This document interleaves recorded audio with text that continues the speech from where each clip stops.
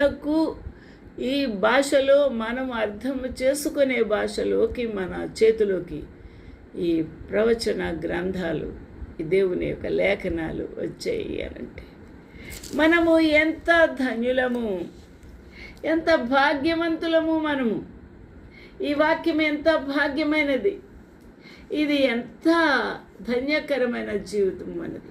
అది నాలో శ్రమపడ్డారు భక్తులు ప్రవచించడానికి, ఈ లేఖనాల్ని, దేవుని స్వరాన్ని వ్రాసి దాయటానికి. నా ప్రియమైన వార్లారా, అవన్నీ కూడా వారి వారి చేతిలోకి వచ్చాయి, వారి చేతిలోకి వచ్చే వారి భాషలో చదువుకోవడానికి.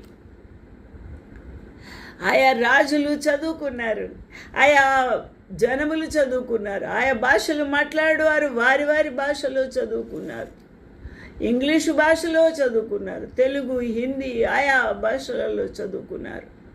ఆయా దేశంలో ఉన్న ఆయా భాషల ద్వారా వారు దేవుని యొక్క వాక్యమును, ప్రవచనమును విన్నారు, చూశారు, చదివారు.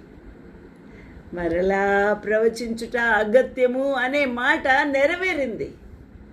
నా ప్రియమైన వాళ్ళారా, ఇప్పుడు ఈ లేఖనాలు ఇవి మనతో మాట్లాడుతూ ఉన్నాయి.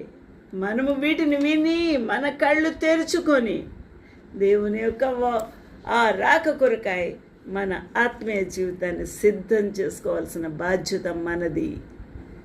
దేవుడు ప్రవచనము చేయించి ఉన్నాడు, చెప్పి ఉన్నాడు, ఆయన ప్రణాళిక అంతా వల్లించి ఉన్నాడు.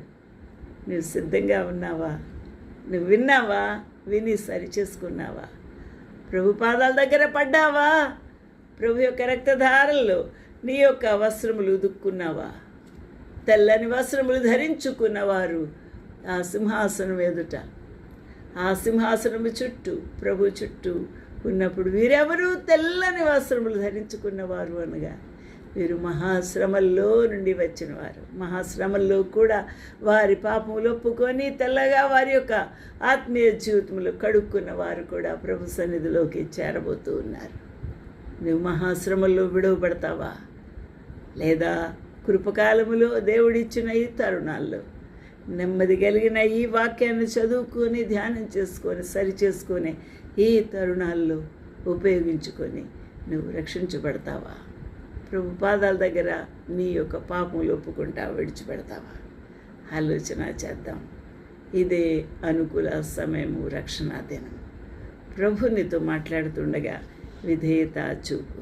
ప్రభు సహాయం చేయనుగాక. ఆమేన్.